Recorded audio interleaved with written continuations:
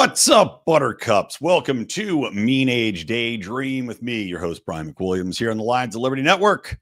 As always, I beg of you, follow us, subscribe, hit the like button, join our Patreon, all those good things. They all help a lot. And also, if you wouldn't mind giving us a 5-star review and a little write-up on Spotify or iTunes, that would also just be dynamite.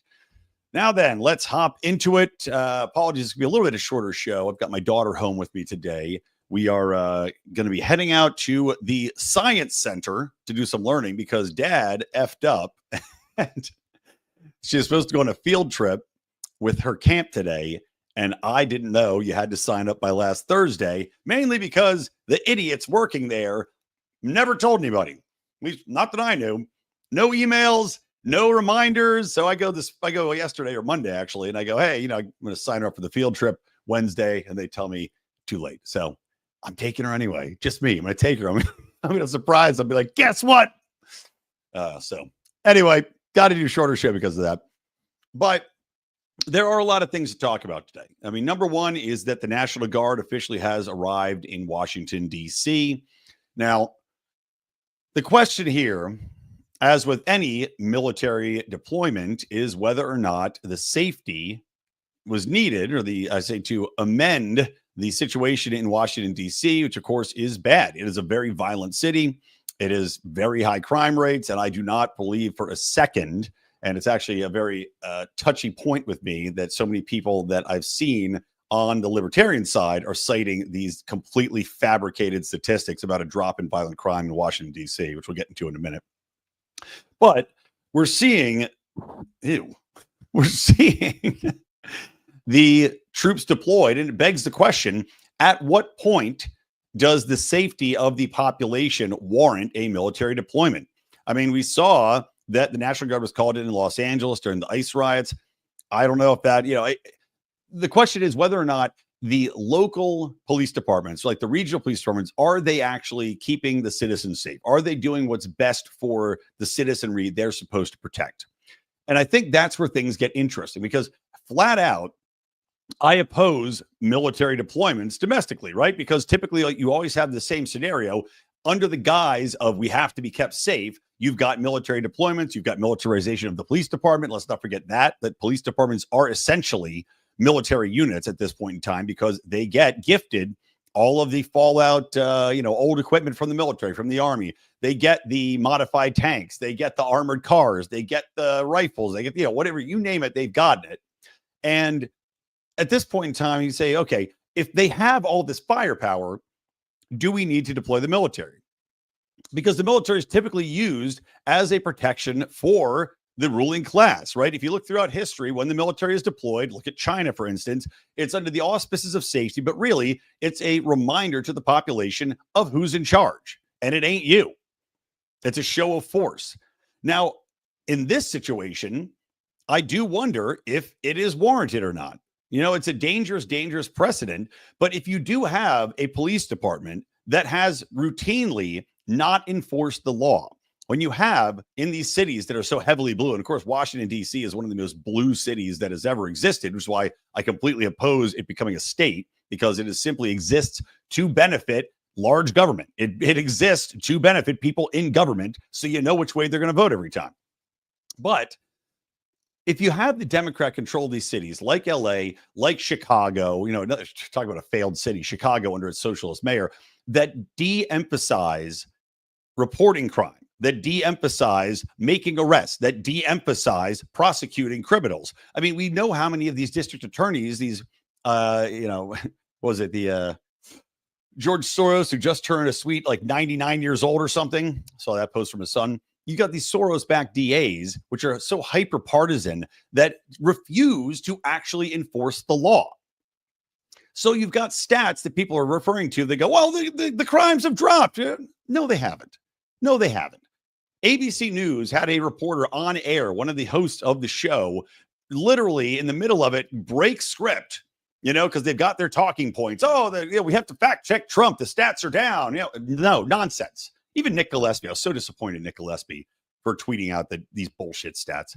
But live on air, the host of the show, she goes, look, there's a problem here. I got mugged a block from our studio. People, two of my coworkers got carjacked. People are getting all these robberies, all these carjacking, all these violent crimes.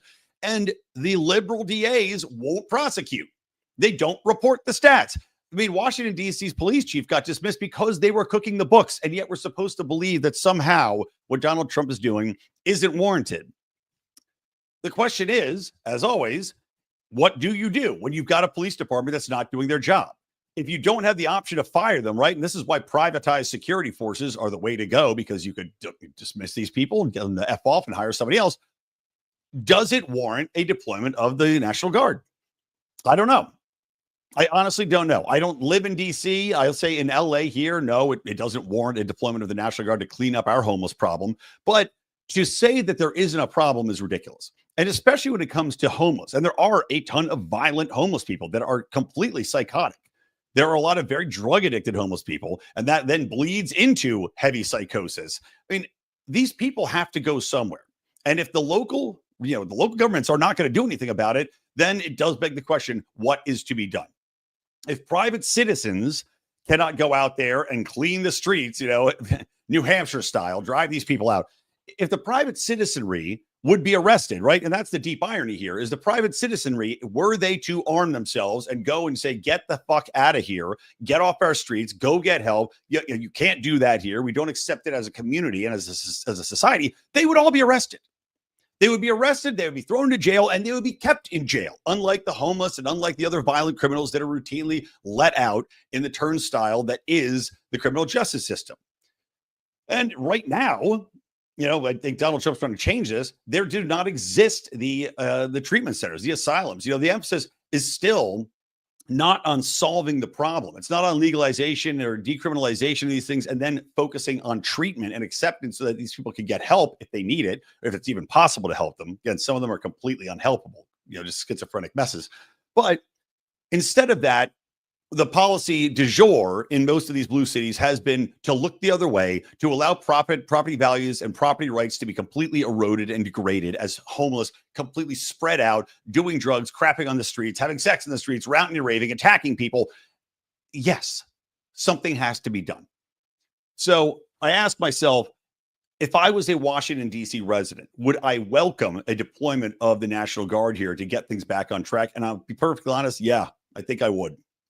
If I'm not allowed to go out there and solve the problem myself, then somebody's got to do something. And if the police department is not going to do it and has been politically willed to take the opposite tack that you would need to combat something like this, violence and crime and people just not feeling safe in any way. Yeah, I think I'd say, come on, boys, post up in the corner. The trick is, like anything, demanding that they get the fuck out of there after things are fixed. And that's always the biggest if they will ever leave, if they will relinquish that control once taken. And it's a very slippery slope. Okay. Next thing on the list I wanted to talk about is the South Park episode that just came out. Now, I had done a review of episode 1, which I did for our Patreon. Again, patreon.com/Lions of Liberty or lionsofliberty.locals.com. And I was not impressed. Had some funny stuff in it. Mostly, though, dick jokes, the laziest of comedy, if we're being perfectly honest. And this coming from somebody who does stand-up comedy, dick jokes are the lowest rung. And that's a running cliche among comedians is, hey, if you ever need a quick laugh, just do a dick joke. The episode that aired the other day, which I just watched yesterday, it was even worse than the first. It was, again, very, very lazy comedy, right? They focused on the ICE situation and ICE agents. The only funny thing in it was Kristi Noem, who heads up the Department of Homeland Security, that she was portrayed as a dog-killing monster at all times. Now, there was some lazy comedy in there that was just boring, which is her face kept falling off. And I don't know, is this a thing? Because she's had a lot of surgery. I guess they repeated the joke about 8 times, and it never was funny to begin with. Her face kept falling off, and they'd have people come in and doll her up so she looked hot again. It was not funny. It was lazy comedy. And then the only good part was that she kept shooting dogs. Now that they did 5 times, but it was funny because she was shooting like homeless dogs. She shot a dog in heaven at one point in time. It was entertaining.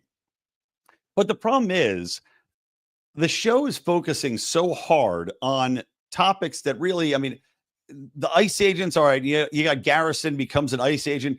It could have been clever. It could have been funny if they leaned into it more. But the problem I'm having with South Park is that clearly Matt and Trey have TDS, right? I mean, without a doubt, they hate Donald Trump. They go after him all the time. It became very boring when they did this consistently the last time he was in office. The entire run, or actually it wasn't Mr. Garrison. It was God, who was the guidance counselor? That's who had become an ICE agent. But the entire thing with Garrison as Trump, it started funny, but they're wearing thin and they won't move on into something else or something far more critiquable that could be very entertaining, especially considering the play between Cartman hating Jews. How about talking about Gaza? How about talking about Israel? Instead of taking lazy shots at the Trump administration and, frankly, very unfunny takes on ICE coming in and arresting illegals. I mean, it was literally one of those things where you go, okay, what's the most obvious joke you could write about ICE agents coming in? And you go, okay, they'll go to a Dora the Explorer concert and arrest Dora. Fart noise, not funny, not clever, unoriginal, just uninspiring. At one point, they go up into heaven because they make some reference that I bet there's a hyper liberal at an ICE protest. Talk about ripe for comedy, South Park. The thing you were amazing at was ripping both sides, showcasing that both of these sides are stupid and doing asinine things. They have an opportunity to make fun of hyper liberals at an ICE protest, and they do nothing with it. They've got some nerdy ass who goes, "Oh, I bet there's these Hispanics up in heaven. They're heavenly angels." And then Kristi Noem goes up to heaven and arrests angels. I mean, it's fucking stupid. Burn both sides, guys. Like, it's getting very boring. It reminds me of all the stand-up comedy that happened during Trump era #1 and all the late night shows that failed for a reason. I mean, South Park got given $1.5 billion or $1.2 billion, and I expected more. Colbert got canceled because he was doing lazy TDS comedy all the time. Now you've got $1.2 billion. They picked you, and you're doing lazy TDS comedy. I mean, have they lost their way? Are they building up to something different? I don't know, but it's very frustrating. Now, the other thing I want to point out is that they did yet another Trump dick joke. Then, not funny. And I want to give some fairness to the episode and that there were a couple funny parts. Number one was that Garrison, Mr. Garrison, got fired. Mr. Garrison, what, is that the guidance counselor's name? I'm blanking on his name right now. Well, if it is Garrison, he gets fired by PC principal, who, of course, embraced Jesus. That was one of the funnier things in the earlier episode, because they don't need guidance counselors and because they're cutting back on funding for the schools. And he gets fired because Jesus is the only counselor that you need. And he is, whatever is it. It was a funny little line. Noam shooting dogs, as I mentioned, was funny. And then the other plot line of this was that Craig and Cartman are vying for biggest right-wing douche podcaster. And again, this is all referenced in the context of these guys are just trying to make their nut. They're trying to get paid. They don't really care about the movement. They're just doing it to get clicks and make money. Cartman takes over as a Charlie Kirk style character and has some back and forth with chicks, as does Craig. Again, I just wanted more. It wasn't that funny. I wanted more. You know what I wanted in here? I wanted Randy Marsh in this episode, because Randy Marsh has been used in South Park as a foil to point out either to be the doofus or to be a counter doofus speaking for the right. Like when they did the episode where they're talking about war and protesting, a great episode back when these guys knew what they were doing. They had Randy Marsh talking about, well, I'm a little more rock and roll and we got to go kick ass. He plays a good foil. This episode had no foil. It was just pure lazy Trump hate without any sort of pushback or mocking of the left, or Randy Marsh coming in there and saying the obvious things that, there is a problem with welfare state and with immigration. There is a problem with, aspects of what's going on with, woke leftism and ICE protests where these liberals are all coming out and waving Mexican flags. I mean, you can make fun of that stuff. It's ripe for parody. And if you don't, it just comes across as the same old late night Kimmel shit. And nobody wants to watch it. Like, I can tell you right now, after watching 2 episodes, I'm uninspired to watch a third. And I never thought I would say that about South Park. I'm uninspired. I don't want to watch another one, because if it's going to be more of the same, I've seen it. You did 4 years of it, and you're not making good points. You're not making creative points that really are going to cut through or make any sort of cultural impact, which is what they were so good at. Very frustrating to see. Very disappointing. Okay, last thing. I do want to talk about why Randy Weingarten has a new book out. Why Fascists Hate Teachers, Public Education, and the Future of Democracy. Now, Randy Weingarten is an unhinged troll. She should go back to the Hobbiton. She should go to the Hollow, go crawl back into your circular front door, eat some toast and, fourth breakfasties and shut the fuck up. She is obnoxious. She is a liar, and she's disingenuous in painting anybody that criticizes teachers or teachers union as fascist. Well, we know, number one, the entire system that you operate under, Randy, was created in order to usher in an era of brainwashed children that would go along with, say, a fascist government. That's why it exists. This entire system was predicated on that concept. So to criticize it, if anything, is anti-fascist. I would also argue that it's fascist to force people into a indoctrinated system, to threaten them if they try to fight back or push back against it, to rob them in order to pay for it, whether they have children or not, and then disallow them from actually spending their tax money to send their children to a school that might be better, and have no accountability during this entire process, where teachers aren't fired, where administrators are hired at a clip of 4 to 1, because Randy's out there stumping for these school unions to grow and expand. And they know that it's far easier, by the way, remember this, it's far easier to expand your union if you're adding in worthless, between the lines bureaucrats rather than hiring teachers. Because it doesn't make sense if you're just hiring 400 teachers in a school that's got 400 kids. No, but you can pack in the bureaucrats. But for this turd to say that if you don't like what's happening in the education system, that you're a fascist, showcases just how broken the education system is. This woman, supposedly their finest. She's supposed to be their number one spokesperson to convince America that we should put our trust in teachers' unions and in Randy Weingarten. And she's out there misusing the word fascist, as everybody seems to do in 2025 and for the last 5 years, misconstruing what fascism is, and demonizing you for wanting to care about your children and their educational outcome. That's what this hobbity troll is trying to push. And to put this book out now, I don't know, maybe Randy knows her time's limited. That's my presumption.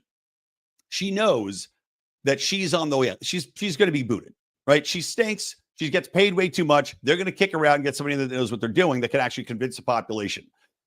She's trying to get, as they said in South Park, she's trying to make her nut. And she figures by putting this stupid ass book out, she'll get enough dumb liberals to buy it that she make another whatever. Yeah, maybe she'll make $1 million off of it. Great. There you go. There's your golden parachute, as if you haven't robbed us enough and done enough detrimental damage to our children. All right, that's it. Sorry for the quick show, guys. Like I said, I've got to run a done. So thank you for watching. Remember, subscribe, like, hit the notify button. We still are very shadow banned on our YouTubes. And don't forget, guys, if you're on the Lions of Liberty Network feed for podcasts, we've got 4 wonderful shows. Plus, we do our politics show, our bonus show, which also has its own feed. But you get it all right here. So thank you from me, from the Lions of Liberty Network. Keep those electric eyes on me, babe, and keep that ray gun to my head. I'll see you.